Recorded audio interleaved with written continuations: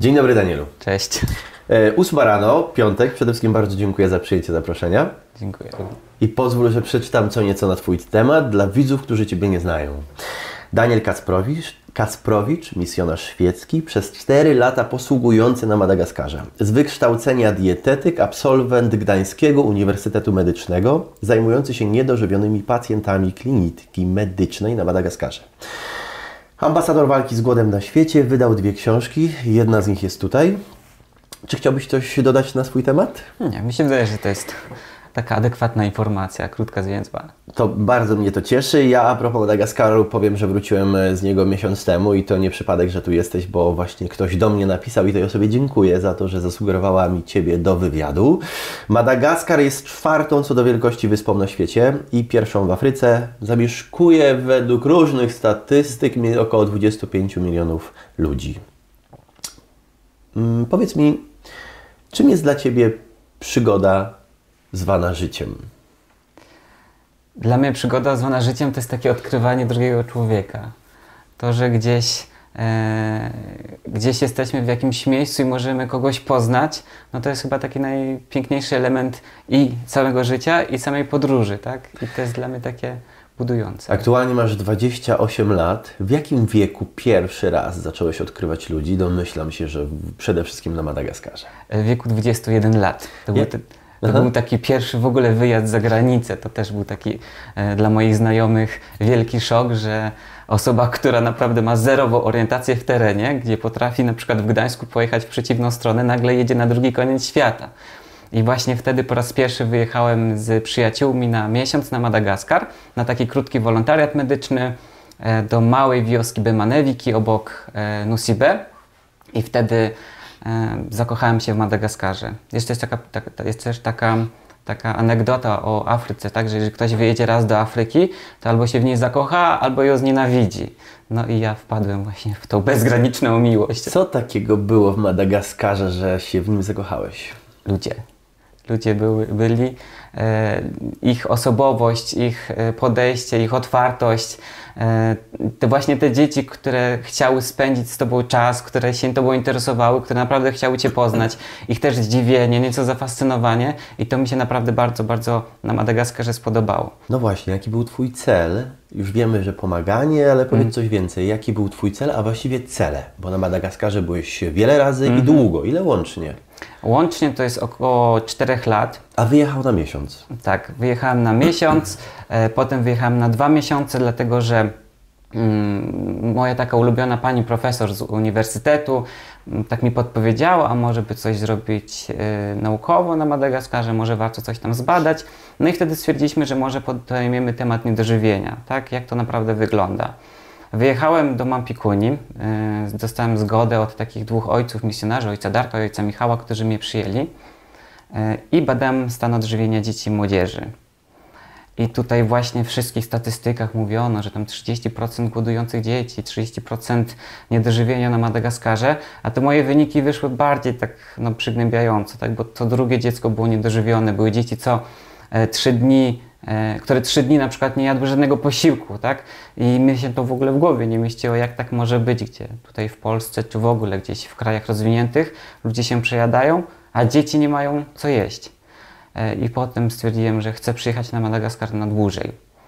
Wyjechałem w 2014 roku na rok. Miałeś ile lat wtedy? 24. Wyjechałem na rok, mama się trochę przeraziła, że jak to na rok, nie? Ale potem zostałem 4 lata. Co przez te 4 lata tam robiłeś? Przez pierwszy rok uczyłem się życia na Madagaskarze. Też tak się przyznam, że nie można wyjechać do Afryki i na przykład po miesiącu zbawiać świat. To tak nie działa. Ja w ogóle po pierwszych 3 miesiącach byłem załamany, chciałem wracać do domu. Nie znałem języka, nie mogłem się z nikim tak na dobrą sprawę porozumieć. Od czasu do czasu nie było prądu, nie było bieżącej wody. Cały czas były jakieś problemy i wtedy właśnie ojciec Darek, taki naprawdę bardzo dobry misjonarz, który już 10 lat na Madagaskarze posługuje w Mampikuni, podpowiedział mi, żebym właśnie chodził do domu dziecka, który prowadzą do klasy Mandzi i chodziłem tam. Chłopacy nauczyli mnie języka malgaskiego, ale przede wszystkim pokazali mi, jak wygląda malgaskie dzieciństwo. I kiedy już poznałem język, mogłem z nimi porozmawiać i mogłem się dowiedzieć, jakie są ich historie życia. I to z jednej strony było fascynujące, bo naprawdę tak mały człowiek przeszedł już tyle, a z drugiej strony bardzo przygnębiające, tak?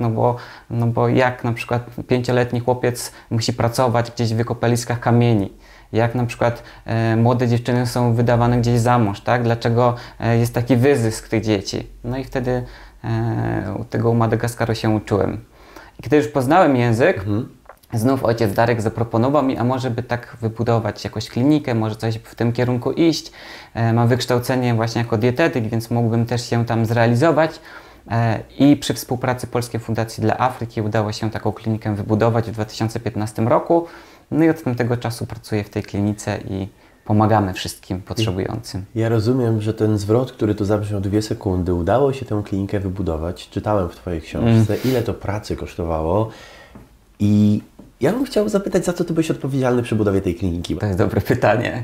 Generalnie za wszystko i za nic, dlatego że te wszystkie obowiązki były rozdzielone, tak, to co ja mogłem zrobić, to zrobiłem. Też sporą część tej pracy wykonali sami misjonarze, ojciec Darek czy ojciec Michał. Ja starałem się zebrać ekipę, tą medyczną, przygotować wszystkie dokumenty, które gdzieś tam było trzeba napisać. Ja nie znam kompletnie języka francuskiego, ale te dokumenty trzeba było napisać w języku francuskim i tutaj też z kolei wyszedł ojciec Darek i ojciec Michał z pomocą. Jeździłem do różnych organizacji, do różnych takich miejsc, inspektora pracy i tak no, to trwało dobry rok, tak, całe załatwianie tych wszystkich dokumentów, ale się udało, tak, udało się. Potem udało się zebrać całą tą ekipę naprawdę bardzo dobrych i uzdolnionych ludzi i na tym polegała moja praca, tak, w tym pierwszym roku powstawania kliniki. Jakie są absurdy tamtejszej służby zdrowia? Takim największym absurdem jest to, że teoretycznie służba zdrowia publiczna powinna być nieodpłatna, a praktycznie wygląda tak, że trzeba i tak za wszystko zapłacić. I sobie wyobraźcie, jest rodzina, powiedzmy 10 osób, mama, tata, dzieci, zarabiają powiedzmy 10 zł na dzień, muszą kupić ryż dla tych wszystkich dzieci, węgiel na opał, jakiś dodatek do tego ryżu, najczęściej są to liście, które są najtańsze. Nikt nie myśli o tym, żeby już ubrać dzieci, żeby kupić im jakieś ubranie, przybory szkolne. Nikt nie posyła tych dzieci do szkoły, no bo już nie stać na takie luksusy, a jak ktoś zachoruje, no to już się robi naprawdę bardzo wielki problem. Wtedy prosi się rodzinę, żeby pomogła. I teoretycznie idzie się do publicznego ośrodka zdrowia na przykład i tam też trzeba zapłacić za wszystko, po prostu za wszystko. Nawet jeżeli ktoś Cię przewiezie wózkiem gdzieś, taka osoba też będzie chciała od Ciebie, w cudzysłowie oczywiście, zapłatę. No i to jest taki największy absurd, tak, że tam wszystko trzeba kupić. Nie wiem, czy to wybrzmiało na tyle, ale zaznaczmy, że na Madagaskarze panuje olbrzymia bieda. To też tak jak jeżdżę w szkołach, mam jakieś prelekcje, opowiadam dzieciom o Madagaskarze i wszyscy mówią, a pingwinik z Madagaskaru, król Julian, wyspa, dorośli wspominają jakieś tam najróżniejsze parki, tak, że jak tam jest piękniej w ogóle, ale nikt nie zdaje sobie sprawy, że to jest jeden z najbiedniejszych krajów na świecie. Nikt nie wie o tym, że to jest chyba bodajże 4. najbiedniejszy kraj na całym świecie. Jak to możliwe, że tak piękna wyspa jest tak biedna? Z jednej strony jakaś tam niestabilność ekonomiczno-polityczna, jakieś zamachy stanu od czasu do czasu i z drugiej strony ten ukryty kolonializm. Tak, niestety to się dzieje, trzeba to powiedzieć na głos. Rozkrada się Madagaskar od środka. Kamienie szlachetne, kości dinozaurów, cały czas jakiś taki wyzysk, tak? Nie ma zatrudnienia takiego legalnego, tak jak już wspomniałem, wszystko jest tak utrudnione i niestety ta wyspa nie jest w stanie się podnieść.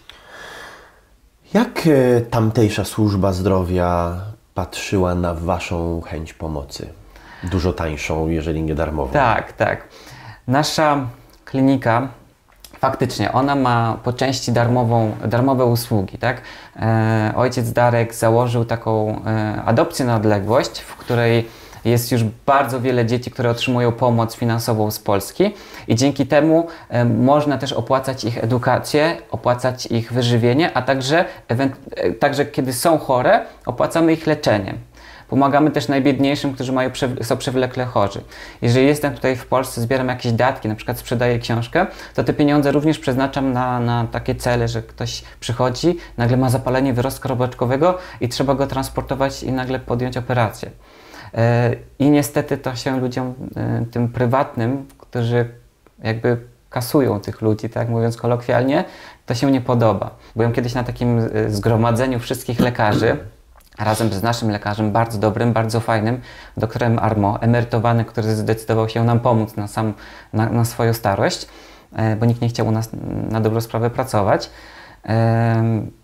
Poszliśmy na to spotkanie i oni mówią coś takiego: Mapikuni, bardzo biedna wioska, jedno z najbiedniejszych plemion na całym Madagaskarze, i oni mówią: musimy podnieść nasze wszystkie ceny z 5 000 ariari na 10-20 000 ariari za konsultację. I wszyscy mamy podpisać nagle dokument, że się na to zgadzamy, i wszyscy idziemy równo.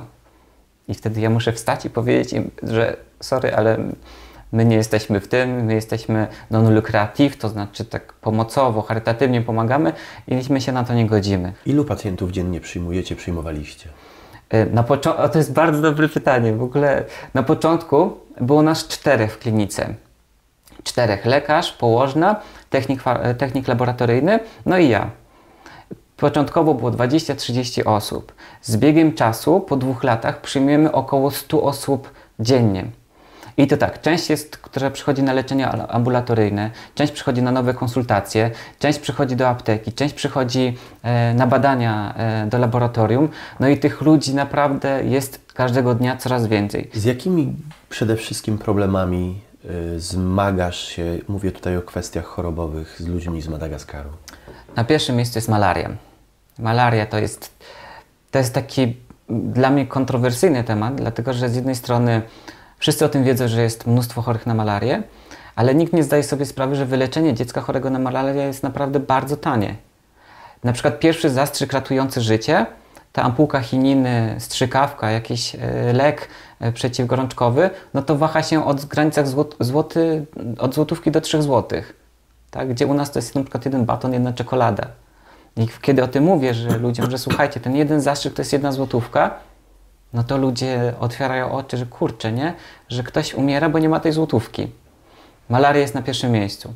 Też u nas jest taki popularny pasożyt, schistosomatoza, schistosoma hematobium, to jest taka przybra krwi, tak dość ciekawe, bo ona się w porach w skórze od nóg wkręca, potem rozprowadza się po całym krwiobiegu i to też jest choroba naszej wioski. No i wszyscy na to chorują, dzieci, dorośli, wszyscy. No i z jednej strony lek jest też bardzo tani, to jest jedna dawka tego leku, no ale z drugiej strony nie stać tych ludzi na to. I potem dochodzi na przykład do neurobilharziozy, czyli osadzania się tego pasożyta w mózgu, w rdzeniu przedłużonym, w rdzeniu kręgowym, tak? Dochodzi do paraliżu, może dojść do nowotworów. Najczęściej taki charakterystyczny objaw to jest krwiomocz, tak? No i wtedy wiadomo już, o co chodzi, tak? Mamy laboratorium, możemy to szybko zdiagnozować i rozdajemy, tak? I jakie jeszcze kwestie zdrowotne? No i niedożywienie. To jest to niedożywienie. Według statystyk mówi się tak, że jest 30% niedożywionych na Madagaskarze, może 35% w niektórych regionach, ale wydaje mi się, że to niedożywienie jest zdecydowanie większe. Czy to prawda, że dzieci karmi się bardzo często wodą z cukrem? Tak, niestety. Jeżeli kobieta rodzi dziecko i umiera przy porodzie, opiekę nad dzieckiem na przykład przejmuje starsze rodzeństwo bądź najczęściej babcia. Mleko humanizowane kosztuje 40 zł, gdzie dla nich to jest powiedzmy 1/2 miesięcznej wypłaty. Tak, nierzadko. I taką babcię nie stać na to, żeby kupić mleko, 1 puszkę dla takiego dziecka, więc podaje się wodę z cukrem. Podaje się wodę z mlekiem kondensowanym, bo taka puszka kosztuje 2 zł około tam na Madagaskarze, więc na długo wystarcza, a to jest też sam cukier, tak? Podaje się rozgniecione banany takiemu niemowlakowi i najczęściej niestety dochodzi do ciężkiej kacheksji, takiego wyniszczenia przez niedożywienie. Ty pewnie dużo więcej wiesz na temat głodu niż ja. Czy ta sytuacja może się jakoś zmienić? Co by się musiało wydarzyć? Musiałoby się wydarzyć wiele. Bo to nie jest tak, że jest za mało jedzenia na świecie. To nie jest tak. Wydaje mi się, że na Madagaskarze może być problem przede wszystkim z rolnictwem, z brakiem infrastruktury, z brakiem przemysłu, z brakiem takiego finansowania w tym sektorze. Dlatego, że Unia Europejska, kraje takie jak Ameryka czy kraje skandynawskie, bardzo bogate, inwestują w te kraje afrykańskie, inwestują też w Madagaskar, tylko przez tą biurokrację, przez rząd, który jest skorumpowany, przez właśnie te wszystkie korupcje te pieniądze się rozchodzą. I niestety niewiele trafia do tych ludzi, niewiele trafia w rozwój rolnictwa, które jako taką mogłoby jakoś tam istotną rolę odegrać. No niestety. No pytanie w takim razie, jak można pomóc, bo wiesz, nie każdy nagle może wsiąść, polecieć na Madagaskar i wybudować szkołę. Tak, można nas znaleźć na Facebooku, można wejść na stronę internetową misji, skontaktować się z ojcem Darkiem. Was, czyli kogo? Jak znaleźć? Jest misja katolicka w Mompikuni, misjamadagaskar.pl, tam jest dużo informacji, można też znaleźć mnie na Facebooku, Daniel Kasprowicz, i tam też zawsze staram się odpowiadać, dopowiadać, gdzie można wpłacić, jak można pomóc. Jest taka bardzo fajnie, prężnie funkcjonująca fundacja dla Afryki, Polska Fundacja dla Afryki, która prowadzi prześwietne projekty w Afryce w ogóle. Ja wiem, że Ty też bardzo pomagasz, bo wydałeś 2 książki i z pierwszej przeznaczyłeś, jeżeli dobrze pamiętam, 40 000, dobrze pamiętam? Tak, to było około 40 000 złotych. Na cele misyjne, tak, na Dom Dziecka, bo pierwsza książka była o Domu Dziecka, o Klasmandży, o tych chłopakach, którzy nauczyli mnie języka. Nie wiem, czy czytałeś ostatnio mojego bloga o Desire, tak. który na początku uczył mnie tych brzydkich słówek i dopiero potem ktoś go poprawił, że mam je uczyć takich przydatnych słówek, ale o takich właśnie dzieciach pisałem, tak, o tych, jak oni są, jakie te dzieci są, jakie mają marzenia. A druga książka, z drugiej książki zyski też są przeznaczone na cele misyjne, ale tutaj już bardziej skupiam się na leczeniu tych ludzi. Wiem, że te potrzeby są ogromne, koszty leczenia też są duże ze względu na dużą liczbę chorych, tak? I dlatego tak się to stało. Spotykam się często, nawet teraz będąc na Madagaskarze, z taką opinią, z takim zdaniem, że te dzieci, które my spotykamy, może nie wiem, czy te z najbiedniejszych rodzin, które przychodzą w okolice hotelu, że mimo, że one są bardzo biedne, to one są szczęśliwsze niż ludzie w Europie, niż ludzie z Zachodu. Oni naprawdę mają trochę inne problemy, ale z drugiej strony faktycznie oni żyją dniem dzisiejszym, oni żyją chwilą, tym, co się dzieje. Mają takie bardzo popularne na całym Madagaskarze przysłowie mura mura, to znaczy powoli, powolutku, że nie trzeba się śpieszyć, że wszystko zdążymy, że na wszystko będzie czas. Czytałem w książce o różnych przypadkach zdrowotnych. Świadkiem ilu śmierci byłeś? Kilkudziesięciu. Często musiałeś informować rodzinę o tym, że ktoś bliski zmarł? No niestety tak. Też tak było, że naszego lekarza w tym momencie akurat nie było, bądź był zajęty innymi pacjentami, tak?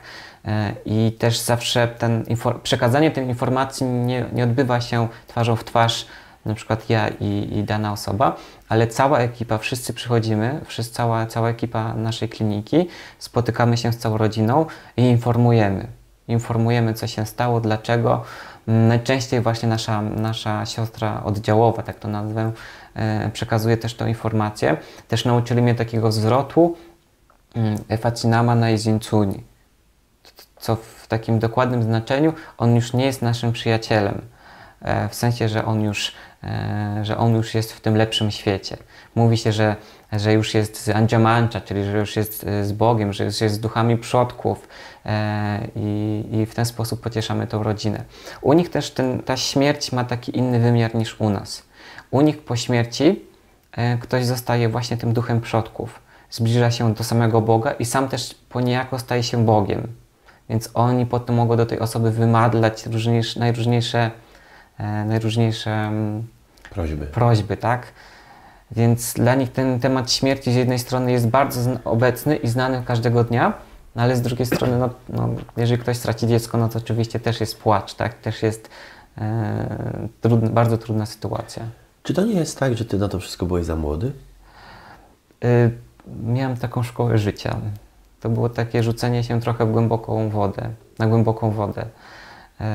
Bardzo pomogli mi misjonarze na samym Madagaskarze, tak jak wspomniałem, ojciec Darek, ojciec Michał, dzieci z Domu Dziecka pomagały mi też po ciężkim dniu, właśnie w klinice czy gdzieś w jakimś innym miejscu. Zawsze spotykałem się z tymi chłopakami, którzy uczyli się w kantynie, w stołówce i zawsze jakby te rozmowy z nimi, żarty jakby rozładowywały całą tą sytuację, tak? I tak dało się przez to przetrwać.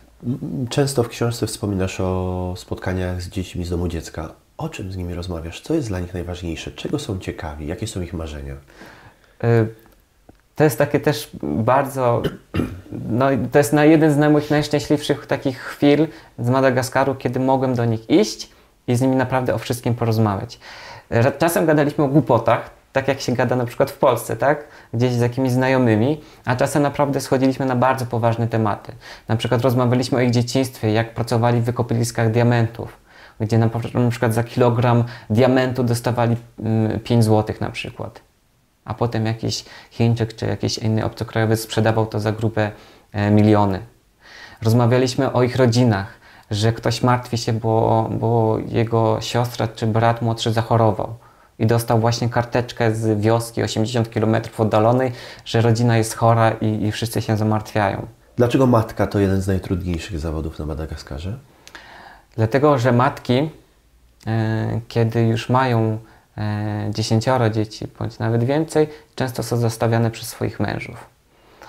Ojciec tych dzieci nie daje rady, idzie do innej kobiety, zostawia, ucieka, robi wszystko, aby jakoś tą odpowiedzialność swoją zrzucić i wtedy ta matka zostaje sama z tymi wszystkimi dziećmi. Zaznaczmy, że te matki są zazwyczaj bardzo młode. Są bardzo młode, bardzo spracowane, dlatego że utrzymać taką liczbę dzieci jest ciężko. Najczęściej to utrzymanie ogranicza się do zakupienia samego ryżu.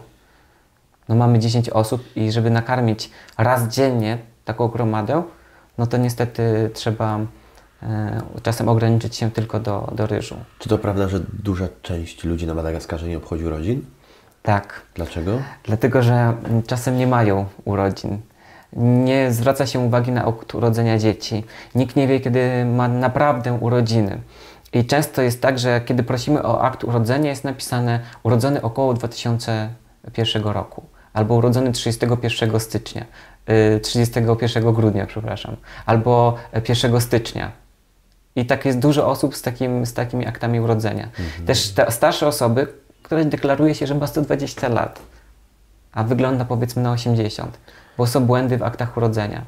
No niestety tak to wygląda. Taka historia jeszcze, przepraszam, z Alberą, takim naszym podopiecznym z domu dziecka, który też się zamartwiał, że nie ma urodzin. Akurat zbliżały się moje urodziny. Ja się cieszyłem, że zrobimy jakąś taką imprezę, że będziemy razem wspólnie ten dzień spędzimy. A on się zamartwił, nie mam urodzin. Jak nie masz urodzin? No wszyscy mają urodziny. No nie mam. I wtedy wziąłem kalendarz ze ściany i mówię, dobra, to są twoje urodziny, 12 maja. I od tamtego dnia, każdego 12 maja obchodzi urodziny. Kim jest Farazandry? Farazandry to mój adopcyjny syn. Właśnie, ja mam 28 lat, on już teraz będzie miał 20 lat, więc... Ale jest to program adopcji na odległość. Jest to program zapoczątkowany i prowadzony przez ojca Darka, który polega na tym, że jest duchowa rodzina w Polsce, która opłaca edukację, wyżywienie, wyposażenie w szkole dla takiego dziecka, kiedy jest chora, leczenie tego dziecka. I to wygląda tak, że płaci się około 500, nieco więcej niż 500 zł na rok, żeby dziecko miało wyżywienie w szkole, żeby mogło chodzić do tej szkoły i żeby dostało wszystkie przybory szkolne. Więc to jest naprawdę niewielka suma, a dla takiego dziecka jest to wszystko. Jaka jest szansa, że ktoś z Madagaskaru odniesie sukces zawodowy, wyjedzie z Madagaskaru, będzie robił karierę na innym kontynencie? Szanse są niewielkie, z racji tego, że państwo często blokuje wyjazd takich osób. Jeżeli ktoś ma pieniądze, ktoś jest dobrze ustawiony, na przykład ma plantację wanilii, plantacje kawowe czy kakaowe, to niestety oni są dość bogaci, tak, bo eksportują te produkty, ale też nie mogą wyjechać, tak, nie mogą dostać paszportu, często nie mogą nic z tymi pieniędzmi zrobić. Ci, którzy są uzdolnieni, często są gdzieś tam, tak jak z tą korupcją, tak? Najczęściej ci ludzie, którzy zapłacą, żeby dostać się na jakieś wysokie stanowisko, no otrzymują też paszporty, mogą gdzieś wyjechać, ale ci naprawdę zdolni często mają problemy, żeby nawet wyjechać z Madagaskaru. Ale są osoby, którym się to udaje, tak? Są jacyś właśnie piosenkarze, którzy zyskują nawet sławę na arenie międzynarodowej, tak? Dostaną się na zaproszenie do Paryża, a tam to już otwarte są, cały świat jest na nich otwarty. Kiedy wróciłeś z Madagaskaru ze swojej misji? Wróciłem 2 miesiące temu. na początku października. Wróciłem do Polski, żeby dalej studiować. Też po 4 latach pracy w klinice nauczyłem się takich najróżniejszych zabiegów pielęgniarskich, czynności pielęgnacyjnych tych pacjentów i stwierdziłem, że chciałbym tą wiedzę dalej wykorzystywać, no ale nie mam prawa do wykonywania zawodu. Z wykształcenia jestem dietetykiem klinicznym i faktycznie mam tą wiedzę na temat żywienia i leczenia niedożywienia, ale brakuje mi takiej wiedzy pielęgniarskiej, stąd też podjąłem te studia, aby móc to potem wykorzystać na misji. A co z Madagaskarem teraz? Madagaskar na razie czeka, tak? Jest to taki mój cel, do którego chcę wracać, tak? Kiedy skończę studia i też w każde wakacje zamierzam wracać na Madagaskar, zamierzam tam pomagać, ale kiedy skończę studia, chcę nadal pracować na misjach, tak? Ja siebie nie widzę nigdzie indziej. Mamy to trochę przeraża, tatę też, ale chcę pracować na misjach. Jakie piętno odcisnęło na Tobie 4-letnie pomaganie na Madagaskarze? Patrzę na świat zupełnie inaczej. Z tej perspektywy, że wcześniej, że byłem w takim miejscu, gdzie nie ma nic, teraz po prostu będąc tu, gdzie jest wszystko, naprawdę można się cieszyć ze wszystkiego, tak? Patrzy się na to zupełnie inaczej. Na początku miałem takie problemy adaptacyjne, bo nie mogłem zrozumieć problemów tutejszych ludzi. Też nikt nie mógł mnie zrozumieć, o co mi chodzi, dlaczego ja się tak zachowuję, a nie inaczej.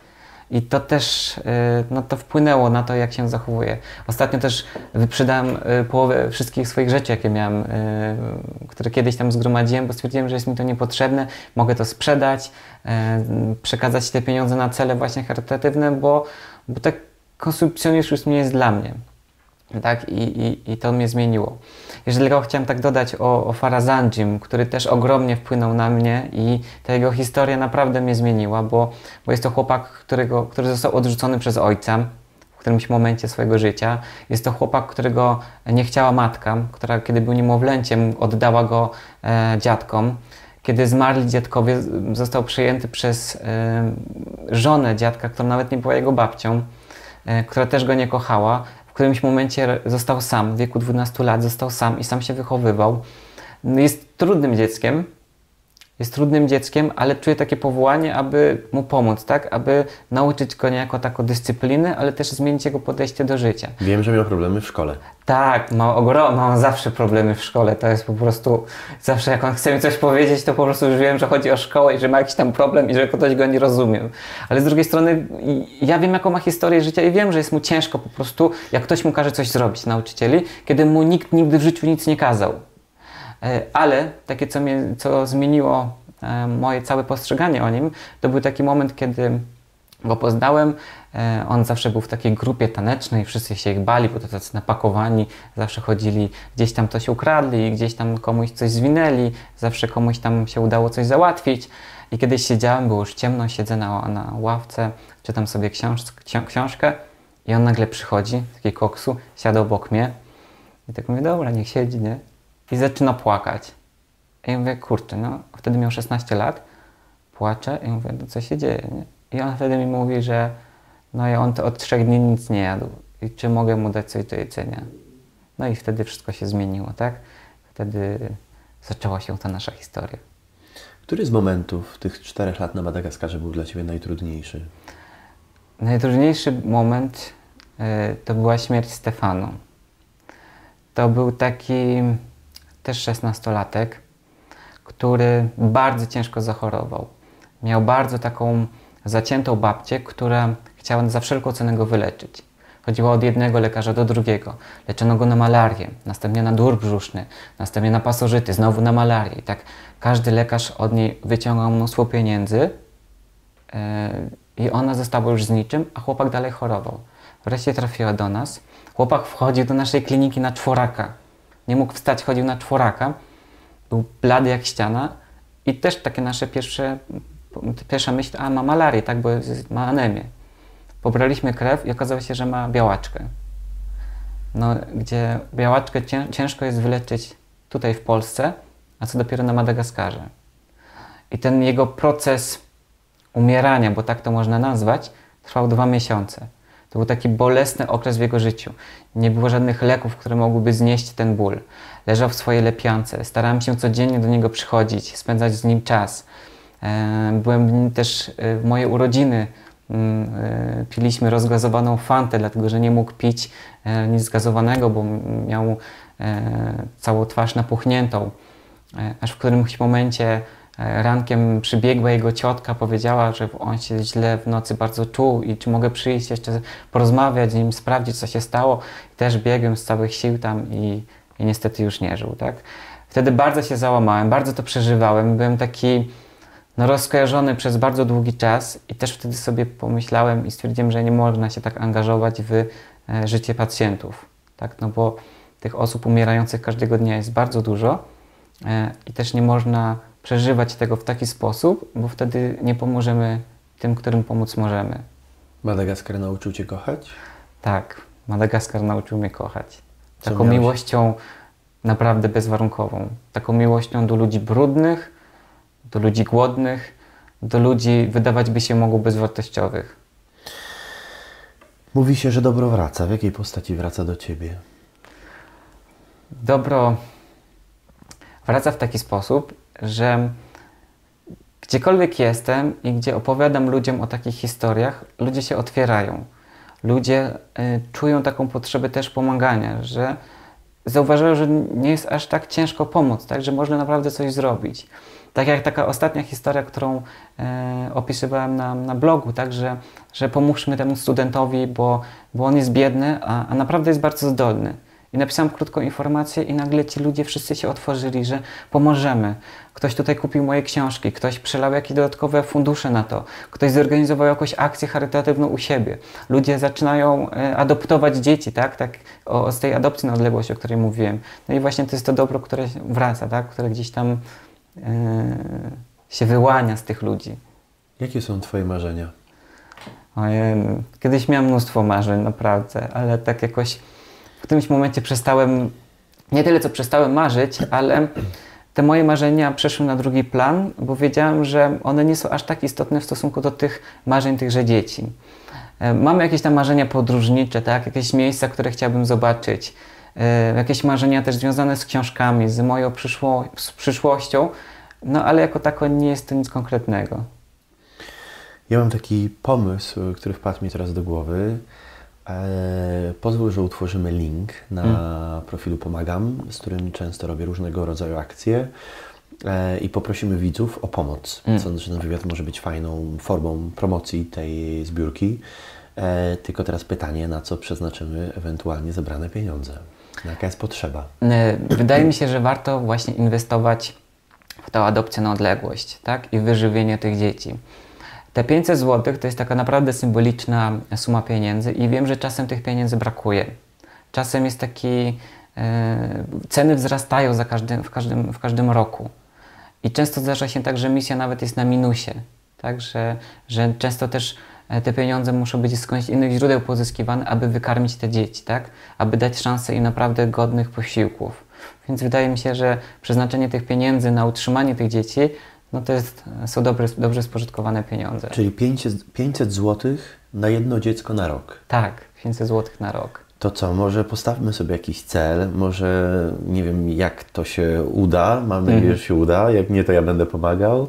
Zróbmy tak, postawmy cel 2500 zł na pomagam.pl, że albo na jedno dziecko na 5 lat, albo na 5 dzieci po rok, dobrze? Tak, to jest chyba fajny pomysł. W takim razie link jest, ja utworzę go w międzyczasie, żeby był na czas emisji wywiadu. W takim razie zostawiamy ten link w opisie. Kochani, jak będziecie mogli pomóc, to zapraszamy serdecznie.